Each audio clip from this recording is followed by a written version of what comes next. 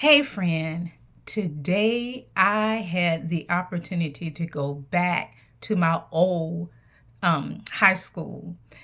And I knew it was coming up, and I knew I was going to be going back to the school, and all the memories of high school kept flooding back to my head. But there was a particular memory that I had, and I wasn't quite sure how I was going to react or respond to the situation. So while I was in the building, I walked around and I remembered where everything was. So I had someone to walk with me because I wanted to face this situation. I wanted to go back to that spot and I wanted to face it.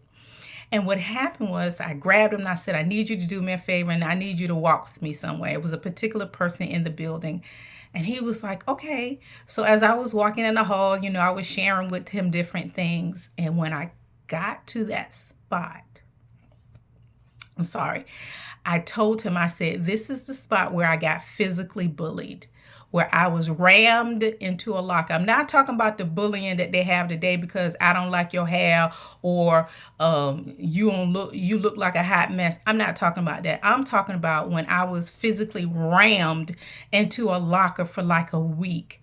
My life was threatened. I was told he was going to kill me. And I stood there and I remember my teacher came out on the last day of him physically bullying me and saved my life. He literally picked the boy up and pulled him off of me. And that was the last day that I saw this guy. But I stood there and I was a little emotional and I'm glad I had somebody with me, but I was able to face it. And I looked at that girl, that teenager, and I thought about if it was me now, back then, that would have never happened. If anybody would have been rammed into a locker, it would have been him. Or better yet, we would have been tussling because those days are over. But I thought about the child that I was and how much I've grown and matured. I am no longer that little girl. I am no longer afraid. You could try it if you want to.